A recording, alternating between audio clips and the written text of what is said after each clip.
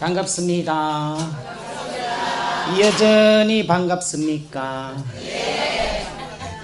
예, 이름이 이상재라서 어릴 때는 월남 선생으로 불렸다가, 그리고 이제 도리도리 깍꿍이라는 책을 쓰고 나니까 깍꿍 신부로 불리는 이상재 가스톨 신부입니다. 반갑습니다. 깍꿍이 뭡니까? 궁극의 도리를 각하라, 깨우칠 각. 도리, 인간의 기본적인 도리를, 인간이 마땅히 가야 할 길을 깨달아라. 어머니가 아기에게 어른다, 내가 네 엄마라고 엄마 소리 할 때까지, 아버지가 아기에게 어른다, 내가 네 아빠라고 아빠 소리 할 때까지, 하느님이 사람에게 어른다, 니는 내 거라고 아멘 소리 할 때까지, 하느님이 사람에게 어른다, 너는 내 거니까 누가 지켜요? 내가 지키겠다. 아멘 소리 할 때까지 도리 깎고.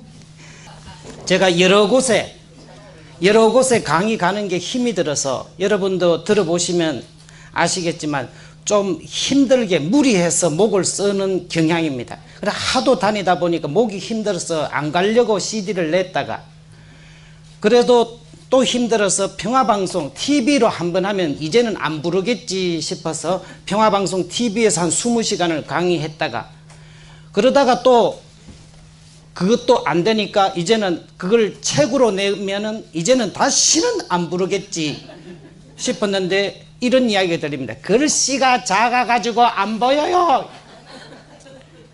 그래서 이 책을 읽어드리는 것도 필요하겠다 싶어서 이 강의를 시작하게 되었습니다. 메리비안의 법칙이라고 있습니다. 뭔 법칙요? 아우, 발음이 좋으십니다. 메리비안의 법칙은 이야기의 내용은 7%, 그리고 목소리, 음색, 여러 가지, 목과 관련된 것은, 음성과 관련된 것은 38%, 그 내용은 7%, 목소리는 38%, 다 합치면 45%, 나머지 55%는 뭡니까? 그 표정과 무슨 옷을 입고 있는가, 시선과 열정과 이런 것들이 55%예요. 그래서 지금 여기 앉아 계신 분들은 100%를 저하고 다 같이 교감하시는 분들이지만, 라디오로 1시간을 내내 듣는 분들은 잘해봤자 45%예요. 그래서 라디오 청취하시는 청취자분들은 더 화이팅을 하셔야, 더 집중하셔야 45%라도 건진다는 거. 여러분은 오늘 발품을 팔으셨으니까 100% 다 받아가시는 겁니다. 맞죠? 네. 궁극의 도리를 깨우치는 순서는 길을 찾아놨습니다. 길을 구합니다. 그래서 구도로 시작합니다. 그리고 그 길을 눈으로 찾아보고 생각을 통해서 찾아봅니다. 시도합니다. 구도자인데 시도하게 됩니다. 근데 눈에 보이지 않는 것도 있습니다. 눈에 보이지 않는 실제에 대해서는 들어야 합니다. 들을 문자, 문도가 됩니다. 눈으로 봐서 득도하는 것이 아니라 보이지 않는 존재에 대해서는 들어서 득도하게 됩니다. 도가 터지게 됩니다. 그리고는 그 득도했으니까 그 길을 실제로 걸어가야 됩니다. 행동으로 그 길을 걸어야 됩니다. 행동.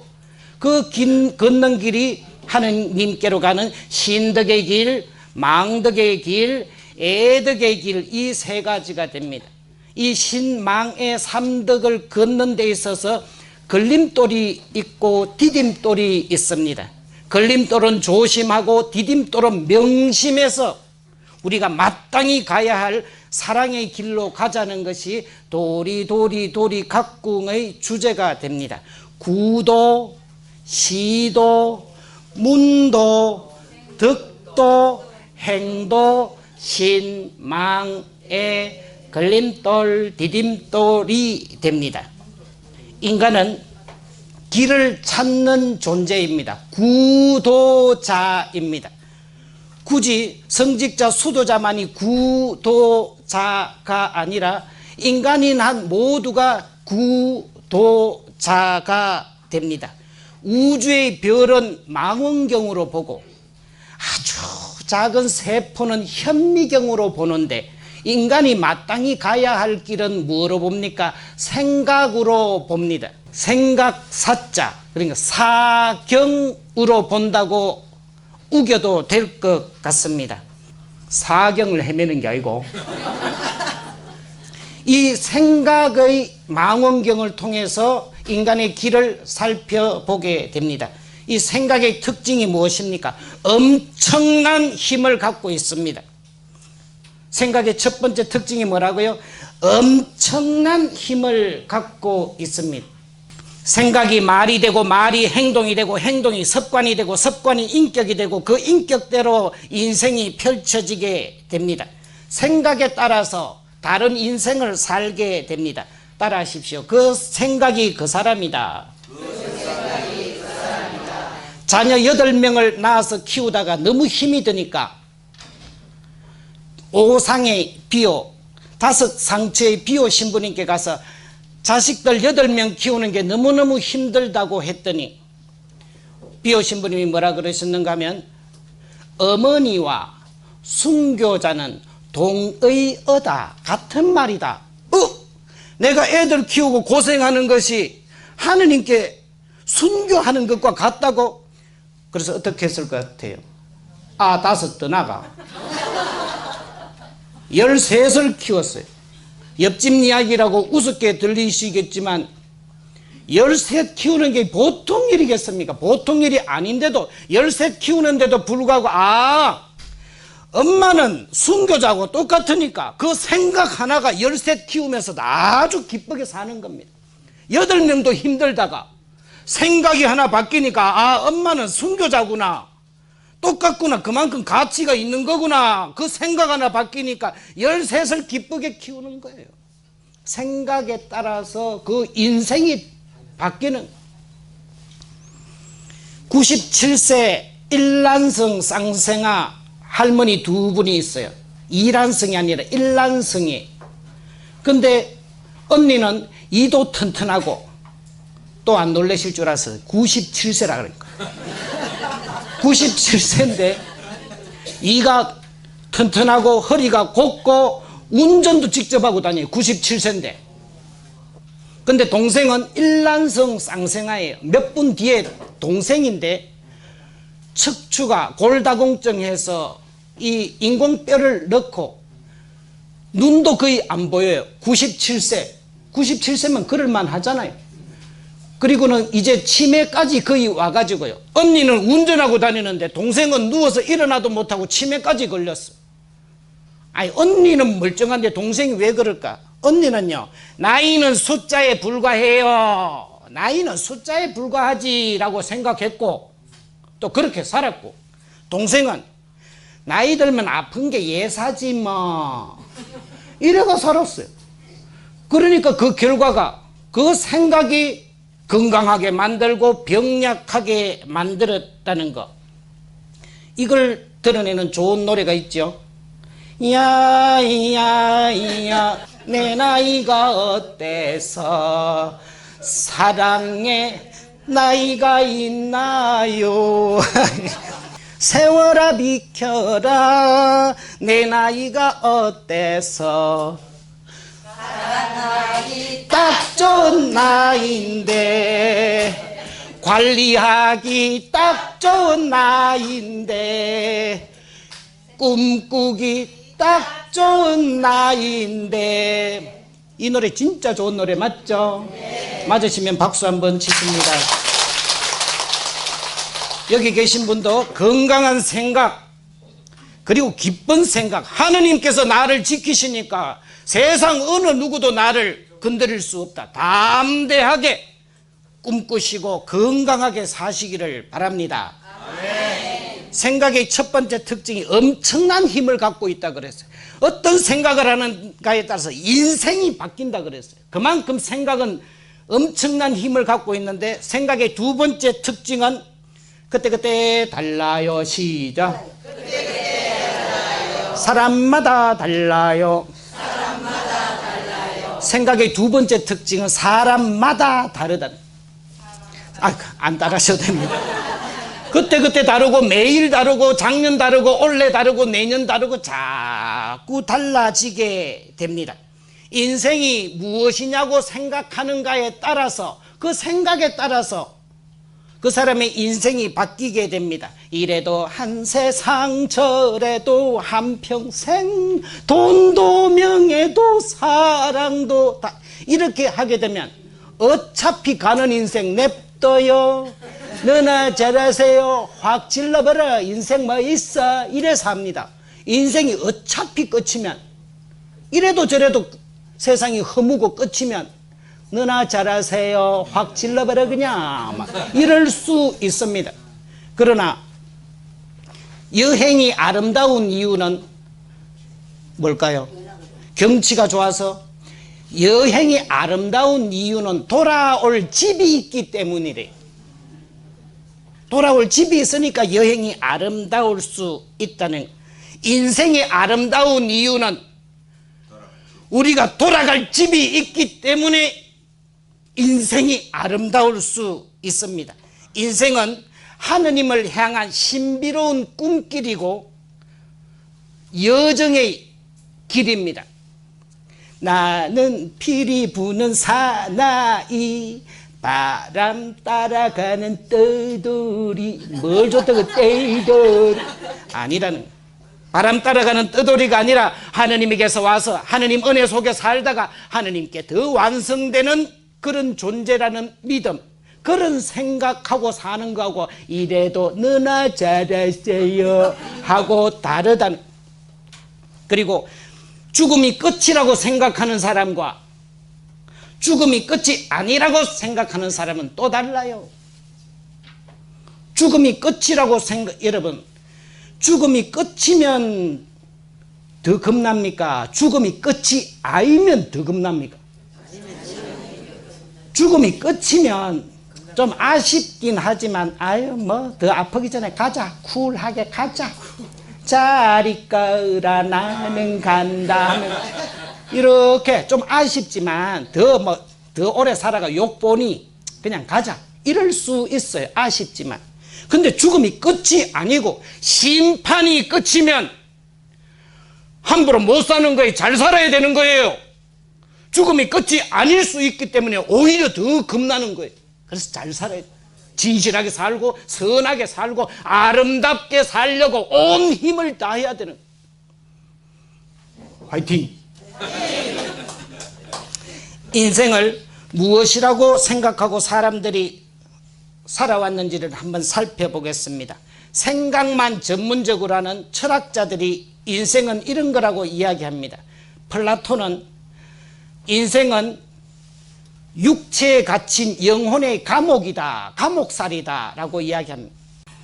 내용은 설명은 책 안에 있으니까 읽기만 하겠습니다. 시간 관계상. 하이데거는 인간은 죽음으로 내 동댕이 쳐진 존재다 라고.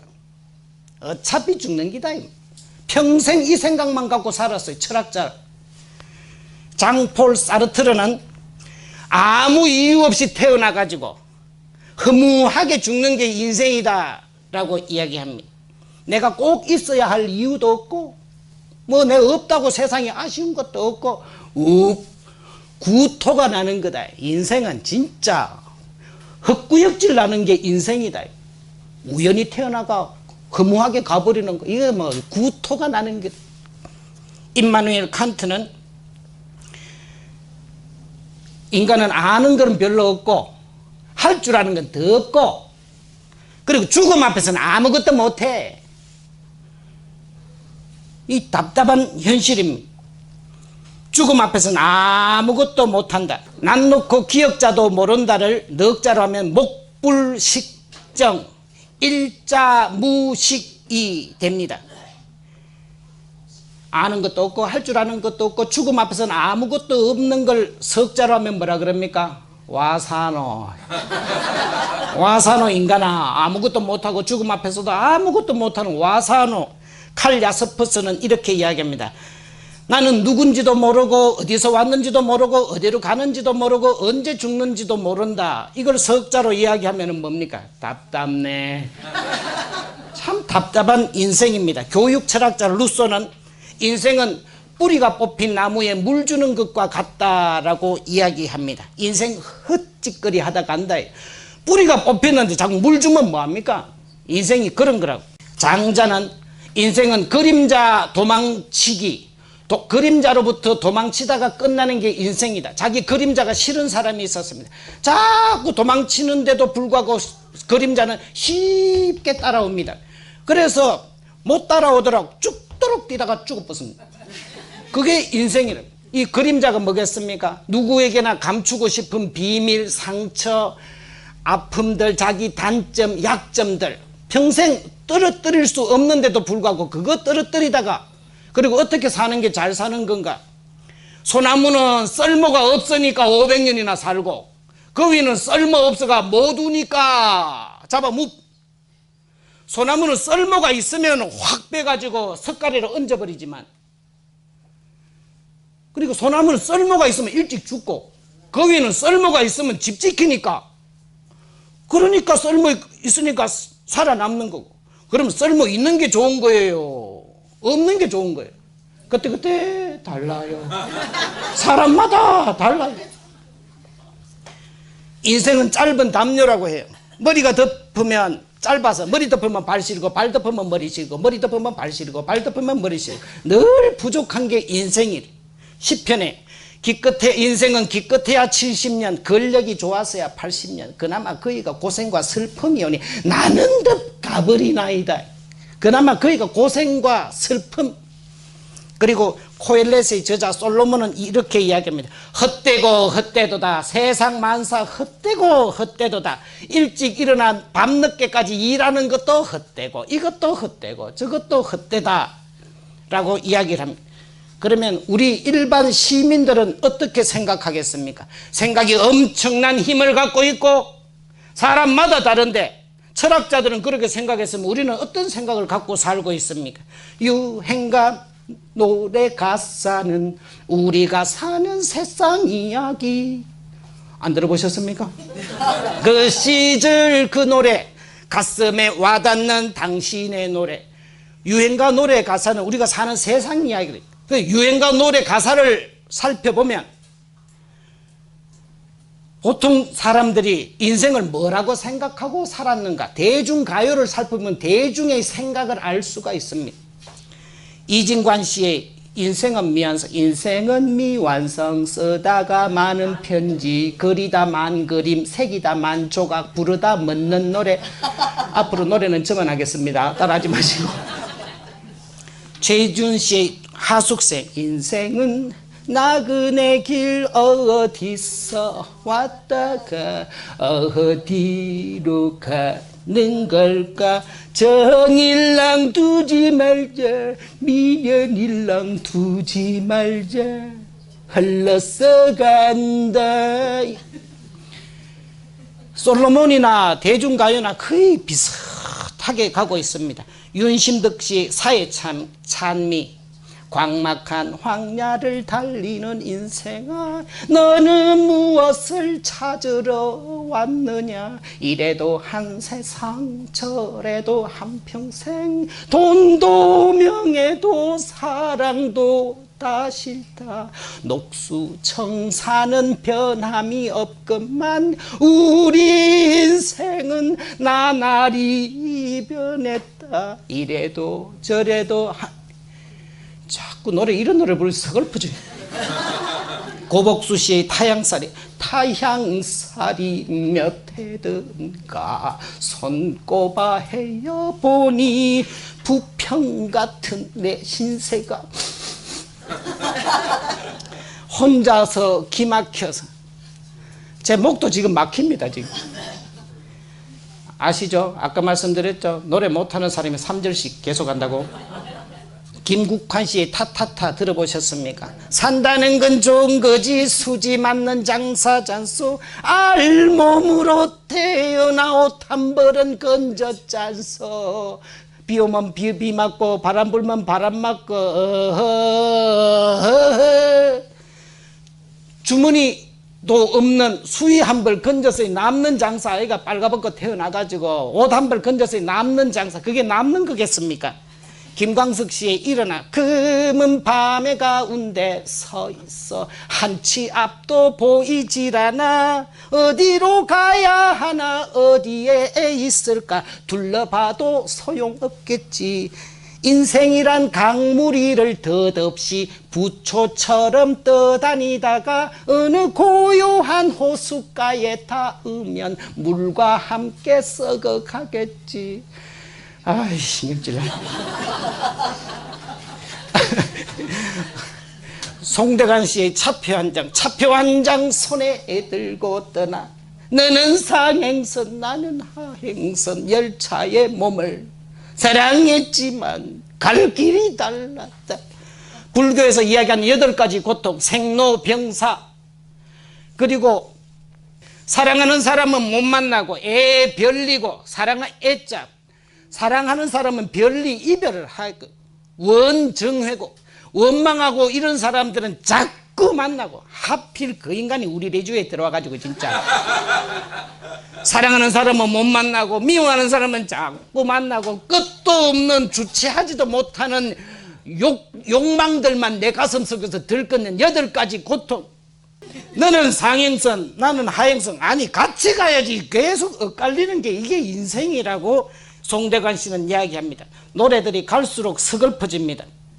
산울림의 떠나는 우리님 이거는 떠나는 우리님 편히 가소서 보내는 마음은 터질 듯하오 어야디야 어여쁜 우리님 가시는 먼먼 길에 흰국화 만발해라 어야디야 이제 가면 언제 오나 갈 곳 없는 그 얼굴은 영 떠나버리누나 어야디야. 오늘 왜 이렇게 힘드네. 그래서 이게 사는 게 고통이고 끝이 허무하다는 거. 그냥 그렇게 왔다가 그냥 갑니다. 자식 키우다 갑니다. 아브라함은 이삭을 낳고 이삭은 야곱을 낳고 야곱은 요셉을 낳고 요셉은 유다를 낳고 놓고 가다가 내가 웃는 게 아니야. 내가 사는 게 아니야. 참 서글프기 짝이 없는 것이 생각을 통해서 인생을 살펴보니까 그렇지만 이게 이렇게 끝이 나도 되는 걸까요? 이 소중한 내 인생이. 조용필 씨의 노래가 있지 않습니까? 노래 다 돼갑니다 이제. 바람처럼 왔다가 이슬처럼 갈 순 없잖아. 내가 산 흔적일랑 남겨둬야지. 이렇게 허무하게 가고 싶지 않은 영혼에 대한 갈증이 있습니다. 진실하게 살고 싶고 선하게 살고 싶고 아름답게 살고 싶고 자유롭게 살고 싶고 영원히 살고 싶은 이 욕구들은 어디서 생겼는가. 그래서 암만 생각해봐도 헛되고 헛된 거였는데 생각한다는 것에 대해서 다시 한번 생각해 봐야 되겠어. 진짜 세상이 이렇게 허무하고 망 건지 다시 한번 생각의 특징이 다 못 본다. 뭐라고요? 일부분밖에 못 보는 거예요. 그래서 이 생각의 특징에 대해서는 도리도리 깍꿍 책의 60에서 110페이지까지 50페이지에 걸쳐서 설명해 놨습니다.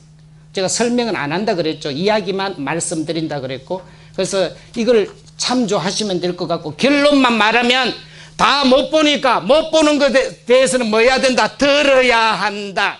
구도자는 시도자고 시도자는 문도자. 들어야 한다. 이게 50페이지의 결론입니다. 플라톤의 동굴의 비유가 있습니다. 저는 영화관의 비유로 제목을 바꿨습니다. 모든 사람이 영화관에 들어가서 영화관에 딱 앉아가지고 꽁꽁 묶이 봅니다. 뒤도 돌아보지도 못하고 앞에 있는 스크린 밖에는 못 보게 되어 있습니다. 그래서 그 그림자만 보게 됩니다. 화면에 스크린만 보게 됩니다. 그런데 아주 우연히 한 사람이 풀려나서, 어떻게 풀려나, 그건 이야기 안 합니다. 어쨌든 풀려나서 밖에 나가봤더니 우와, 화면에는 흑백인데 바깥 세상은 칼라더라. 이야, 이래 아름답네. 우리가 이때까지 이게 흑백인 줄 알았더니 이게 아니에요. 그림자는 아침 따라 다르고 저녁 따라 다르고 정오 따르지 않습니까? 아, 우리한테 이렇게 크게 보이던 게 사실은 요만한 게 흑백으로 저래 크게 보였구나. 큰데도 작게 보였구나. 아, 요런 거를 의리 사나이 돌쇠였던가 봐요. 그래서 내 친구들한테, 묶여있는 친구들한테 가서 이야기해줘요. 가서 이야기하면 야, 흑백이야. 근데 밖에 나가보니 칼라더라. 속지 마. 이러니까 결론이 어떻게 됐겠습니까? 죽여버렸어. 왜? 헷갈리게 한다고. 흑백인데 이 자스가. 예수님이 천국의 비유를 드십니다.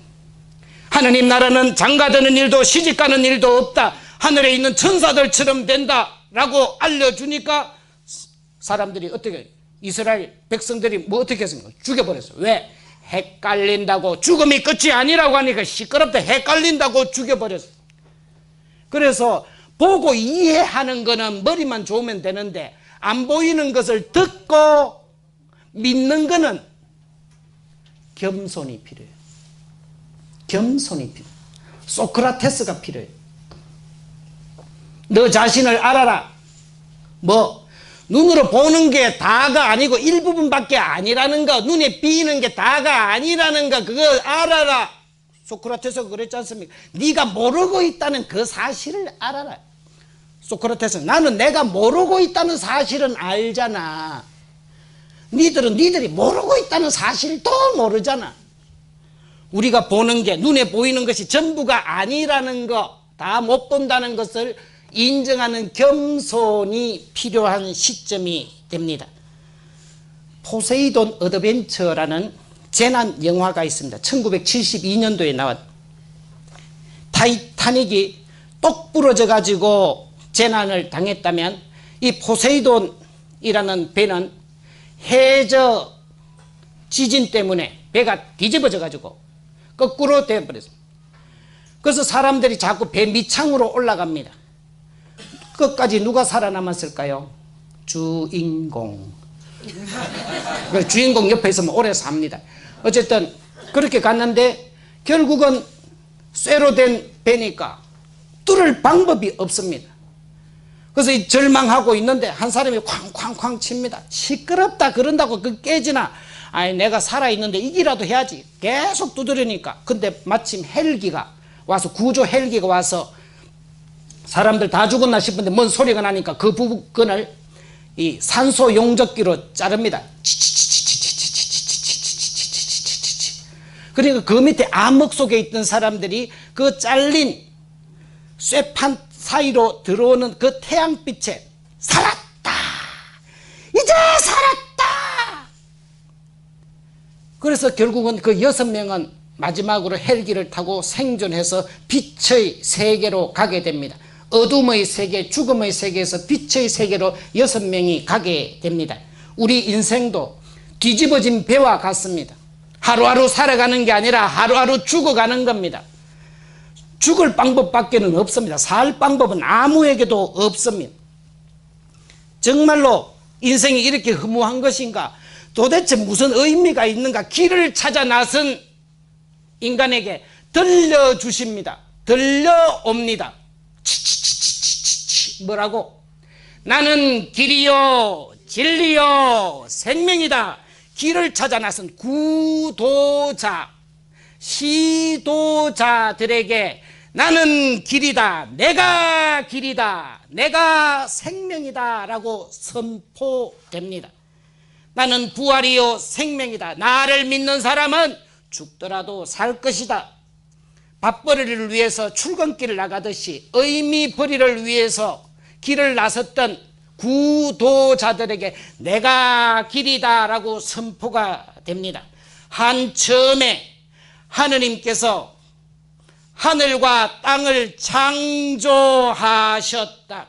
이 세상에 인간의 글로 만들어진 문장 중에 이 문장보다 큰 문장은 없습니다. 한처음에 하느님께서 하늘과 땅을 창조하셨다. 그 창조하신 세상을, 생명들을 당신이 구원으로 이끌어 주시게 됩니다. 회개하고 복음을 믿으라. 뭐라고요? 회개하고 복음을 믿으라. 회개는 뭡니까? 방향을 바꾸는 겁니다. 머리를 바꾸는 겁니다. 여러분 나중에 댁에 가실 때 이렇게 한번 해보십시오. 가면서 딱 머리를 붙들고 왼쪽으로 돌리면 몸이 돌게 됩니다.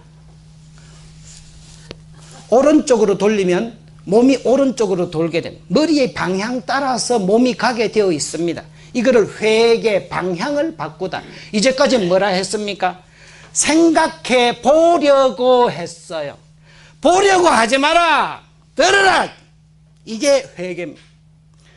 보고 이해하려고 하지 마라. 이해될 일이가 이게. 듣고 믿으라. 방향 바꿔라. 보라에서 들으라. 쉐마 이스라엘. 이스라엘아 들으라. 아브라함아 모세야 사무엘아 부르시는 음성을 들으라. 그것이 회개입니다. 오직 듣는 수밖에, 믿는 수밖에는 없습니다. 그리고 무슨 소식이 들려옵니까? 한국의 제일 유명한 감이 뭐예요? 대답 안 하기로 작정을 단단히 하시고 오신 것 같은데, 가장 유명한 3대 감은 청도 반시, 상주 곡감, 밀양 단감, 이 세 가지입니다. 청도 반시는 한국에서나 유명하지 미국에서는, 영국에서는, 남미에서는 안 유명합니다. 전 세계적으로 다 있는 감 세 개가 뭘까요? 인생의 근본적인 허무감, 끝도 없는 죄책감, 그리고 앞으로 어떻게 될지, 아플지, 암 걸릴지, 애들이 잘못될지, 맨날 눈만 뜨면 불안한 불안감, 이 세 가지가 전 세계인이 누구나 가지고 있는 이 감이 근본적인 허무감입니다. 사는 게 헛긴데 뭐 근본적인 허무감에다가 그때 그럴 걸 그랬지, 어머니한테 전화라도 드릴 걸, 전화비 얼마 나온다고 등등등등. 죄책감, 살아있는 사람에게 그림자가 없을 수 없듯이 살아있는 사람한테는 죄책감이 그렇게 그림자처럼 따라다니고, 또 그림자 하나가 또 있지 않습니까? 불안한 거예요. 이렇게 불안한 거. 무슨 소식이 들려옵니까? 이 근본적인 허무감을 없애주신, 나는 부활이요 생명이다, 내가 길이다, 이 길로 오너라, 내가 편히 쉬게 하겠다. 근본적인 허무감을 없애주시는 예수님의 제자들이 선포한 메시지가 뭡니까? 여러분이 못 박아 죽인 예수는 다시 살아나셨다. 이게 교리 끝. 딴 거 뭐 있습니까? 예수님의 제자들도 마찬가지입니다. 그분은 죽으셨다가 살아나셨다. 말도 안 되는 소리 하지 말아. 헷갈리게 확 죽여버리려면. 그렇게 해서 그렇게 가게 됩니다. 왜? 보고 이해하려니까 헷갈리니까 죽여버렸지. 듣고 믿었으면 생명을 얻었을 거고 구원을 얻었을 것이다. 차원이 다른 걸 자꾸 보려고. 이 컵 안에 콜라가 있고 사이다가 있는지 어떻게 아십니까? 컵의 그림자만 보고는 콜라가 들어있는지 사이다가 들어있는지 물이 들어있는지 모릅니다. 2차원은요 그림자 2차원만 갖고는 3차원이 이 안에 콜라데이 해줘야 못 믿겠는데 이러면 방법이 없습니다. 그렇나? 콜라가 이래 듣고 믿어야지만 함께 살게 됩니다. 성령을 받고 제자들이 외쳤습니다. 담대하게 외쳤습니다. 여러분이 못 박아 죽였던 예수는 다시 살아나셨습니다. 그리고 아주 작은 미소한 입자들을 다루는 밀입자, 양자 물리학에서는 빛의 알맹이는 직선이가 곡선이가 어느 걸 같아요? 직선도 있고 곡선도 있습니다. 둘 다 있습니다. 왜 그런데 몰라 그래 그냥. 근데 내가 쳐다보면 이것들이 직선으로 가고 안 쳐다보면 저것끼리는 곡선입니다. 왜? 몰라. 신기해. 그냥 설명이 안 됩니다. 존재할 따름입니다. 직선과 곡선이 어떻게 같이 하냐 이 말이에요. 그때 다르고. 그러면 죽음과 부활이 같이 있는 거 이것도 미루어 짐작할 수 있는 거예요. 쳐다보면 직성이고 안 보면 곡성이고 내 눈에 죽음이 끝인데 아니요. 내 눈 외에는 생명일 수 있어요. 과학이 발달하면 할수록요 정말로 하느님 더 믿기가 쉬워집니다. 얼마나 세상이 하느님께서 창조하신 세상이 얼마나 신비로운지 조금씩 깨닫게 될 거예요. 100년이 지나서 과학이 더 발달하면 다 볼 것 같아요. 이해할 안 돼요. 참 신비롭다는 것밖에는 알 수가 없어요. 이것을 구약 성서는 뭐라고 표현합니까? 하느님을 본 사람은 죽는데 하느님은 눈으로 보여주는 존재가 아니라는 거. 갈수록 신비하고 과학이 발달하면 할수록 하느님 믿기가 참 쉬워진다는 것을 앞으로도 명심하시면 좋겠습니다. 아멘. 그리고 처음 이 허무감으로부터의 해방, 두 번째가 뭡니까? 죄로부터의 해방. 아프리카의 어느 부족에 헌법이 딱 두 조 있습니다. 헌법 제1조 추장은 항상 옳다. 헌법 제2조 혹시라도 추장이 틀렸다 의심이 들거든 1조를 참조하라. 헌법 하나밖에 없는 거 추장은 항상 옳다 이 말이에요. 예수님께서 죽으시고 부활하시면서 우리에게 전해주신 당신이 전 생애를 통해서 전해주신 하느님 나라 헌법도 딱 두 개밖에 없습니다. 하느님 나라 헌법 제1조 하느님은 언제나 용서하신다.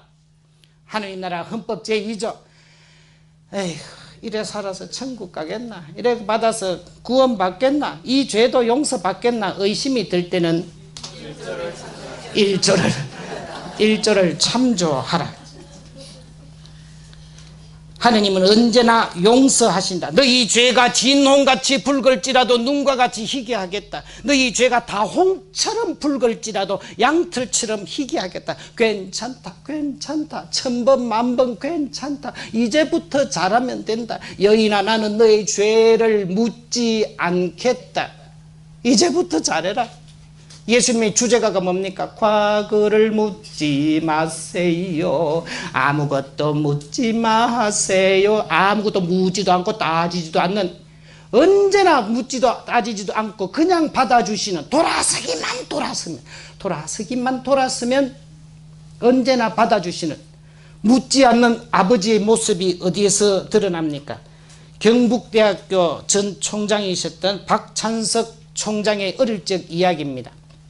경남 산청이 고향이고 그때만 해도 참 시골도 그런 시골이 없는데 아버지는 일자 무식에 그리고 남의 집 머슴을 살면서 남의 집 밭대기 이래가 하면서 그 마을에서 제일 가난했는데 아들만큼은 이렇게 까막눈이라도 면하게 해야 되겠다 싶어서 대구에 있는 대구중학교로 중학교를 보냈습니다. 동네 사람들 다 입대입니다. 먹고 사는 것도 없이 중학교를, 그 마을에 아무도 안 보내는데 혼자 딱 더 잘 사는 집도 못 보내는 판에 제일 가난한 일자무식 아버지가 한이 맺혀서 보냈습니다. 근데 1학년 1학기 딱 시험 치고 나니까 68명 중에 68등을 해본 거예요. 우와, 이게 참 면목이 없기도 하고. 그래서 아버지는 일자무식이니까 아무것도 모르시니까 바꿨습니다. 고쳤습니다. 갔더니 아버지가 수고했다. 그런데 아버지 친구분들이 어서 찬석이는 뭐 공부 잘했는가 배? 뭐 물으니까 몰라, 어쩌다 보이 1등을 했는가 배. 그러니까 우와, 역시 자식 복이 있어. 책거리를 해야지, 한턱 내라. 이러니까 자기 아버지가 돼지를 잡아가 잔치를 해버린 거예요. 재산 목록 이런데 저거 집 제일 가난하다 그랬는데 더워서 몇 감고 왔더니 그 풍경이 벌어집니다. 아버지 와, 아버지요 와, 어이씨 이러고 다시 강으로 가고 빠져 죽으려고 머리를 아무리 눌러도 안 되더랍니다. 부끄럽고. 그로부터 17년 후 나는 대학 교수가 되었다.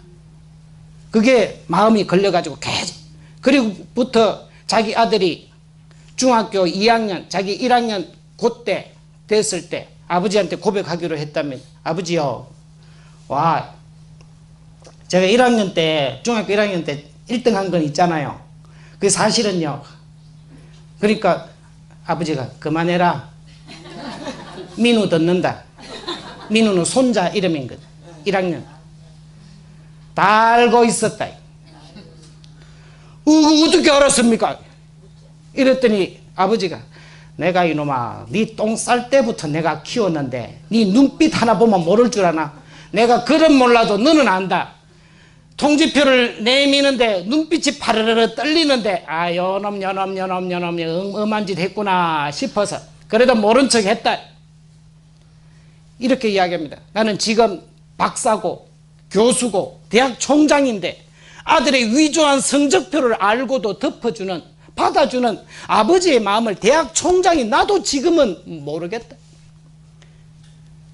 이 인간의 아버지도 그것을 받아주시는데 하느님 아버지는 우리의 모든 죄와 잘못들을 용서해 주시지 않겠는가? 아멘. 아멘. 그리고 이제 또 묻지도 않는, 지금 좀 전에 말씀드린 건 그만해라 안 들을련다 안 듣는 아버지. 이제 말씀드릴 거는 묻지도 않고 따지지도 않는 아버지. 어디에서 드러납니까? 돌탕에서 드러납니다. 돌탕이 뭡니까? 돌아온 탕자.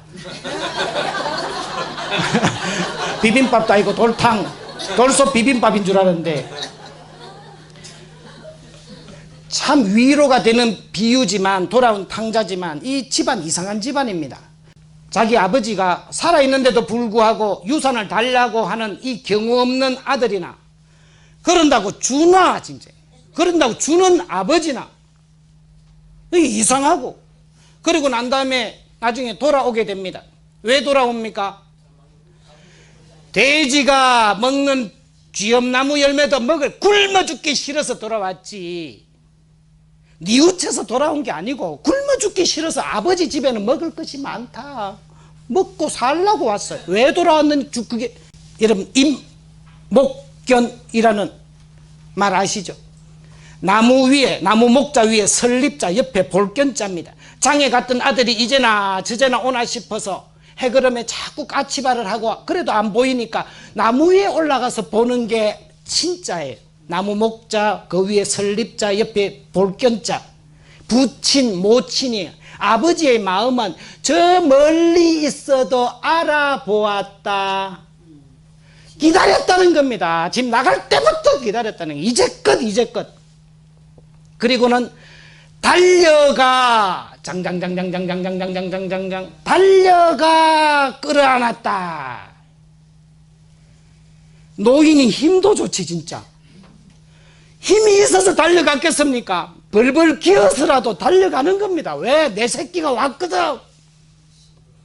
그리고는 입을 맞추었다. 돼지우리에서 돼지하고 먹이 다투던 냄새 나던 경상도 말로 뭐라 그럽니까? 주디. 그 냄새 나는 입에다가 아버지는 입을 맞추는 거예요. 아버지의 사랑은 아들 입에 냄새 나는 걸 못 맡아. 왜? 내 아들이거든. 그리고는 살찐 송아지를 잡아라, 가락지를 해줘라, 옷을 하고 도대체 뭐부터 해? 저 같으면 그래 안 합니다. 요 봐라, 인간 꼬라지 봐라 이거. 어쩌됐노? 뻔하지 자스가. 뭘 느꼈노? 돈 있어야 붙고 돈 없어야 다 떨어지지. 큰 공부했다고 알아. 한 번만 더 그러면 가서 씻고 가 밥 먹이 자스가. 이렇게라도 할 건데 이 이상한 아버지는 아무것도 안 묻는 거야. 그냥 돌아왔는 것만 기뻐. 돌았으면 우리의 하나님은 언제나 받아주시는 아버지와 같은 분이시라고 예수님께서 계시해 주신 겁니다. 아버지는 듣지도 않고 묻지도 않는데 예수님 아들은 자꾸 묻습니다. 뭐라고 묻습니까? 베드로 일로 와봐. 3번 모른다 했지? 일로 와봐. 니 이래가지고 뭐라고 묻습니까? 너 나를 사랑하느냐? 필라이스메 아가파스메 나 사랑하는 거 맞아? 자꾸 묻습니다. 예전 같으면요 배신하기 전에 베드로 같으면 단거이지요. 제가 예수님 제일 사랑하죠. 제가 수석 사도 아닙니까? 이랬을 거예요. 근데 3번이나 모른 척하고 죄를 배신하고 나니까 민망한 겁니다. 제가 사랑하는 거 알면서 자꾸 또 묻습니다. 진짜 사랑하나? 사랑한다고 했잖아요. 세 번째 또 묻습니다. 진짜 니네 사랑하나? 베드로는 마음이 슬퍼져서 제가 주님을 사랑한 줄 알면서 왜 자꾸 묻습니까? 미안크로. 이게 교묘하게 베드로를 괴롭히는 예수님의 마음일까요? 아니, 베드로 네 죄를 보지 말고 용서하려는 내 마음을 보란 말이라. 날 봐, 날 늘 보지 말고 언제라도 용서하겠다는 내 마음을 보라고 말이야. 사랑한다 그래봐. 사랑하는데 해봐. 사랑 더 크게 안 해? 해. 여러분, 예수님 사랑하십니까? 네. 이 목소리 보이소? 예수님 사랑하십니까? 네. 아직 차례를 했어요. 세 번째 묻습니다. 여러분, 예수님 사랑하십니까? 네. 돌았으면 죄 짓고 그래도 예수님 사랑한다고 이야기해도 된다. 그 이야기 하려고 자꾸 물으세요. 아버지는 묻지도 듣지도 않지만 아들은 자꾸 묻습니다. 묻거나 안 묻거나 공통점이 뭡니까? 사람을 살리고 받아주는. 교회가 거룩한 이유는요, 성당 다니는 사람들이 거룩한 것이 아니라 성령께서 계시니까 거룩한 것이고, 세 번이나 배신한 베드로를 아무것도 따지지 않고 받아주려고 하는, 용서하려는 예수님의 마음 위에 교회가 서 있기 때문에 교회가 거룩한 거예요. 거룩하시도다 거룩하시도다 거룩하시도다. 미사 중에 이제부터는 성찬례에 들어가는데 당신은 거룩하시고 우리는 그것도 아닙니다, 이게 아니고 우리는 너무 달라요가 아니라 저는 거룩하지 못해도 속돼도 저 받아주시겠지요, 저 영성체 해도 되겠지요, 이렇게 거룩하시다는 부족하지만 받아주세요 하는 신앙 고백이 됩니다. 영성체 전에 이렇게 기도합니다. 주님, 제 안에 주님을 모시기에 합당치 않사오나 한 말씀만 하십시오. 합당치 않지만 제가 받아 모실 수 있도록 한 말씀만 해주십시오 라고 이야기하게 됩니다. 윤동주 시인의 서시, 하늘을 우러러 한 점 부끄럼이 없기를 잎새에 이는 바람에도 나는 괴로워했다. 별을 헤아리는 마음으로 모든 죽어가는 것들을 사랑해야지. 오늘 밤에도 별이 바람에서 치운다. 하늘을 우러러 한 점 부끄럼 없는 게 거룩한 게 아니라 부족하지만 저를 받아주세요 라고 옮기는 그 발걸음 때문에 거룩한 거라는 것을 우리는 잊지 말아야 합니다. 예수님의 표현이 이러합니다. 길 잃은 양이라고 안 합니다. 잃어버린 양이라고 표현해요. 잃은 양과 잃어버린 양은 다릅니다. 잃은 양은 지가 잃어버린 거고, 잃어버린 양은 엄마 책임입니다. 3살짜리를 잃어버렸습니다. 3살짜리 애 탓입니까? 엄마 탓입니까? 대답 안 하셔도 됩니다. 무조건 잃어버린 양. 인간이 죄를 짓지만 그래도 잃어버린 그 책임을 당신에게 두고 있는 그런 하느님의 모습을, 길을 잃어버린 양을 찾아서 어깨에 메고 둥실둥실둥실 기뻐하시는 그 목자의 모습, 그것이 우리 하느님 아버지의 모습이라고 예수님은 계시를 해 주셨습니다. 세 번째 해방이 뭡니까? 허무감에서 해방, 죄책감에서 해방, 그 다음에는 두려움으로부터의 해방입니다. 걱정하거나 두려워하지 마라. 내가 세상 끝날까지 항상 너희와 함께 있겠다. 평화를 누려라. 다락방에서 덜덜 떨고 있는 제자들 한가운데 서시며 평화를 누려라. 명령형입니다. 복음을 선포해라. 세례를 주어라. 가르쳐라. 명령형하고 같이 있으니까 평화를 누려라는 것도 명령형입니다. 앵간하면 평화를 누리면 참 좋을 텐데 말이야, 이러지 않아요. 명령, 어떤 처지에서든지 너는 평화를 누려라 라고 큰 소리를 치시는 겁니다. 큰 소리를 치는 근거가 어디 있겠습니까? 춘향전의 막바지 대목입니다. 이도령이 월매하고 같이 감옥에 찾아오니까 비몽사몽간에 칼 쓰고 앉아있던 춘향이가 거짓골을 한 이도령을 보니까 참 참 신세가 딱해서 이제부터 한탄을 하기 시작합니다. 에고 서른 지고 한양성 서방님 기다리기를 7년 대한 가문날에 농부가 비를 기다린들 나와 같이 기다렸을 소냐. 심근난기 꺾어지고 공든탑이 무너졌네. 에고 서른 지고 수절원사 춘향지며 8자만 비문에 새겨주어 서산에 지는 해는 내일 다시 오르련마는 불쌍한 춘향이는 이제 가면 언제 다시 올까. 에고 서른 지고 이러니까 이도령이 기가 차서 춘향아 서러 마라. 네가 나를 어찌 알고 이렇듯이 서러워하느냐. 사또 듣는데요. 뭐 듣기나 말기나 걱정하지 마. 뭘 믿고 그렇게 큰 소리 칩니까? 주머니 속에 마패가 있거든요. 마패 믿고 이도령 큰소리 감옥 앞에서 빵빵 치듯이 부활하신 주님께서 다락방에 떨고 있는 제자들 앞에서 당당하게 말씀합니다. 걱정하지 마라. 두려워하지 마라. 왜요? 하느님께로부터 하늘 마패를 받으셨기 때문입니다. 아버지 것은 모두 나의 것이다. 하늘 마패를 받으셨기 때문에 생명을 받으시. 걱정하지 마라. 내가 세상을 이겼다. 내가 죽음마저 이겼다. 죽는 것도 겁내지 마란 말이라.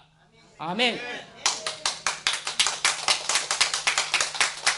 이렇게 박수를 치시는 분은 이 강의 좀 들어보신 분이, 회도 먹어본 사람이 먹고 고기도 먹어본 사람이 먹는다고 강의도 다녀본 사람들이 박수 관리도 하고 표정 관리도 하고 그런 의미에서 박수 한 번 더 치셔도. 소록도의 강기룽 신부님께 온 사연입니다. 좀 길지만 참 이걸 읽을 때마다 가슴이 뭉클해서 나이 70이 넘어 보이는 노인 한 분이 오셔가지고 이 소록도에 살 수 있게 해달라고 합니다. 왜 그러냐고 했더니 40년 전에 10남매 중에 막내가 11살 때 나병에 걸려가지고 방법이 없어서 소록도라는 섬에서는 나병 환자 받아준다길래 그때만 해도 도로도 차도 없어서 신장로길로 늦여름에 가다 지치고 11살짜리가 더 지쳐가 그만 자고 있는 걸 돌 들고 찍으려고 죽어라 차라리 하다가 차마 못 찍고 선착장까지 갔더니 나환자들이 좀 중증 나환자들은 눈썹도 없고 코도 없고 귀도 달아나고 발가락도 없고 이래. 아유 야 같이 죽자 싶어서 나루트로 돌아가가지고 신발 벗어놓고 아이고 죽는다 생각하고 알을 앞에 딱 앞세우고 이래 들어가는데 내 가슴께 물이 왔을 때 11살짜리는 이미 목에까지 물이 찼습니다. 발만 한번 삐끗하면 이제 아는 죽는 거예요. 그때쯤 되니까 애가 획 돌아서 내 가슴을 확 떠밀면서 문둥이가 된 건 낸데 왜 아버지까지 죽네고. 아버지가 죽으면 우리 형하고 누나들은 어떡하고 엄마는 어떡하라고. 내만 죽으면 안 됩니까? 알을 건져가지고 그냥 꽉 끌어안고 참 죽는 것도 쉽지 않더군요. 그렇게 가 소록도로 배를 태워서 보내고 구남매 대학까지 다 시키고 손이 발이 되도록 그렇게 일해가지고 금이야 옥이야 대학까지 다 그리고 장가 시집 보내고 손주들까지 다 보고 그 사이에 부인은 세상 떠나고 한참 지나고 나니까 큰아들이 와서 이런 이야기 하더랍니다. 아버지 정리해가지고 같이 삽시다. 시골집 다 논밭 다 정리해서 올라갔더니 처음엔 편하더랍니다. 밥도 해주지 이부자리도 펴주지. 근데 한참 있는데 뭔가가 자꾸 불편한 거예요. 어색하고.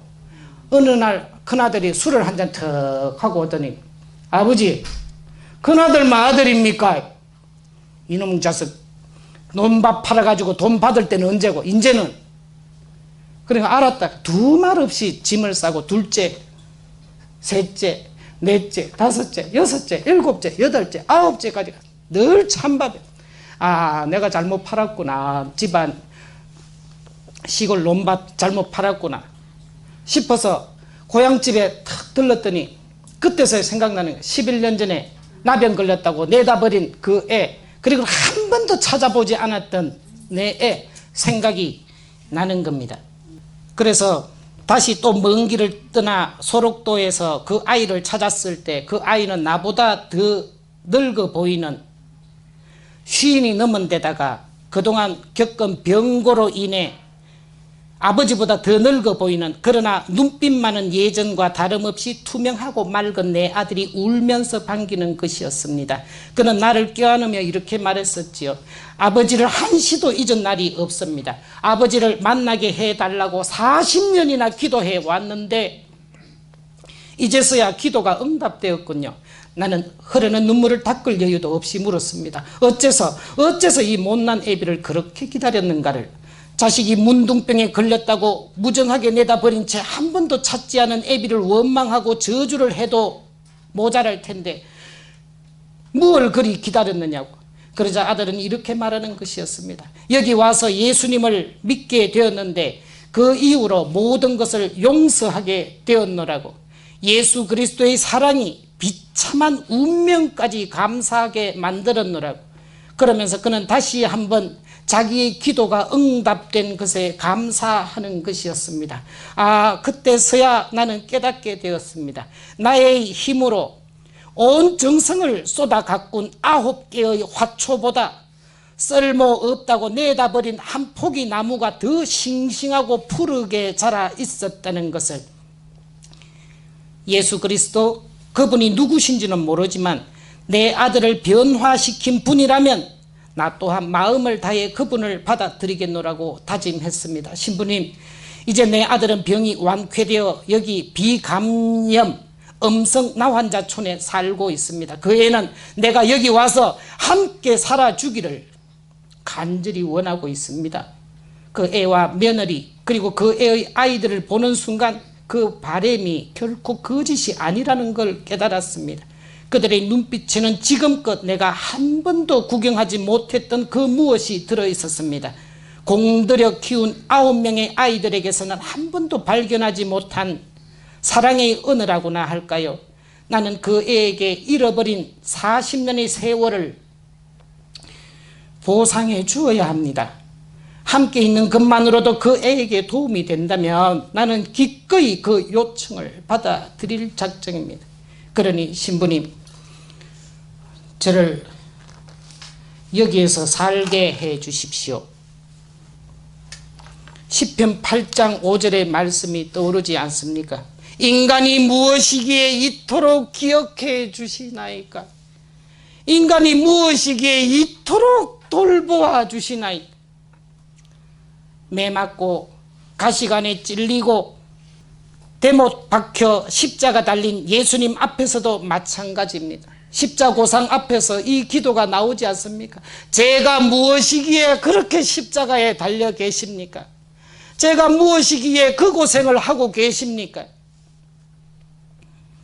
여인이 어찌 젖먹이를 잊으랴?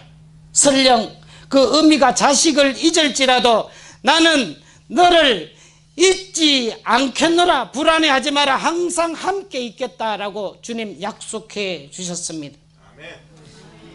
그래서 이 노래를 이렇게 불러도 같이 연결해도 될 것 같습니다. 주님은 나의 동반자, 영원한 나의 동반자, 내 생의 최고의 선물, 주님과의 만남이었어.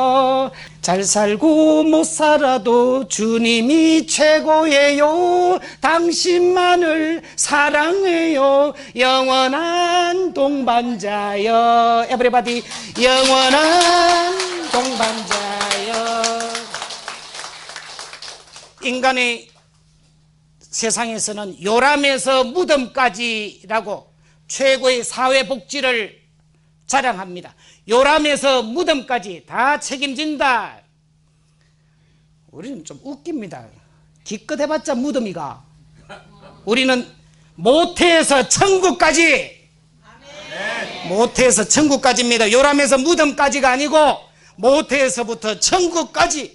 그러니까 우리는 영원한 동반자여. 걱정하거나 두려워하지 않고 살 수 있습니다. 따라하십시오. 그럼에도 불구하고. 시작. 그럼에도 불구하고. 여건이 안 돼도 그럼에도 불구하고 믿음으로 허무감도 이 길이 믿음으로, 죄책감도 불안감도 이 길이 믿음으로. 아주 훌륭한 학생들이셨습니다. 예, 오늘 이렇게 마무리를 하면서 다음 시간에는 바보 돛 터지는 소리를 하게 될 겁니다. 득도 하게 되는 겁니다. 너는 상행선, 나는 하행선이 아니라 싱글 티켓이 아니라 리턴 티켓이라고. 하느님께서부터 와서 하느님 안에 살다가 하느님께로 되돌아가는 왕복표 인생이라는 거, 그것을 함께 나눌 수 있으면 좋겠습니다. 수고하셨습니다.